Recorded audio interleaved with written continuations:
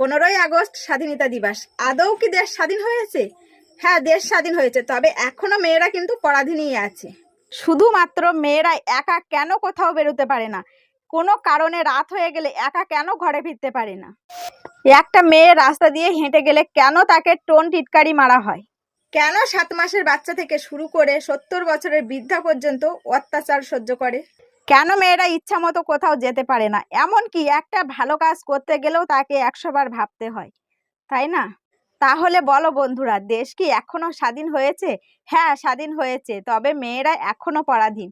আমার কথাটা যদি ভালো লাগে তাহলে সবাইকে একটা করে শেয়ার করে দাও।